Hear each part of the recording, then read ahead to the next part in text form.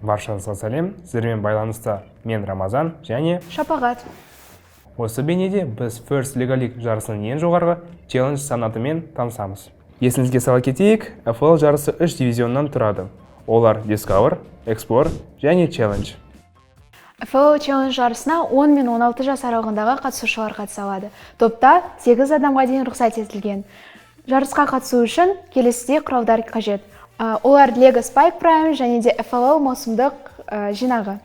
Жарыс 4 бірдей бөлімдерден тұрады. Олардың ішінде робот ойыны, робот дизайны, инновациялық жоба және негізгі құндылықтар. Олар өзара тең дәрежеде.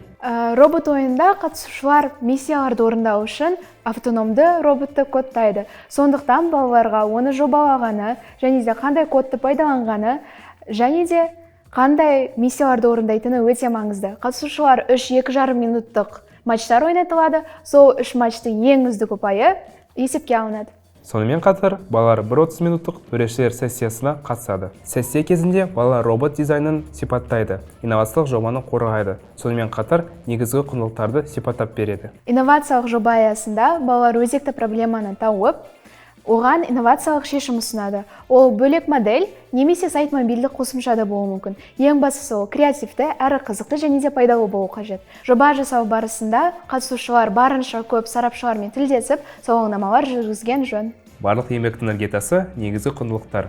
Себебі First жарыстары тек робототехникамен ғана шектелмейді. Сонымен қатар, бұл жарыста оқушылар негізгі құндылықтармен танысады. Олардың ішінде игі кәсіпқойлық және достық бәсекелестік. Яғни қатысушылар бір-бірін құрметтеу керек, өзгелердің ерекшеліктерін қабылдау керек. Егер де қатысушылар өзара жағымсыз, дөрекі сөздермен әрекеттер жасаса, олар жарыстан шеттетіледі. Негізгі құндылықтар қазылармен жарыстың әр сәтінде бағаланады.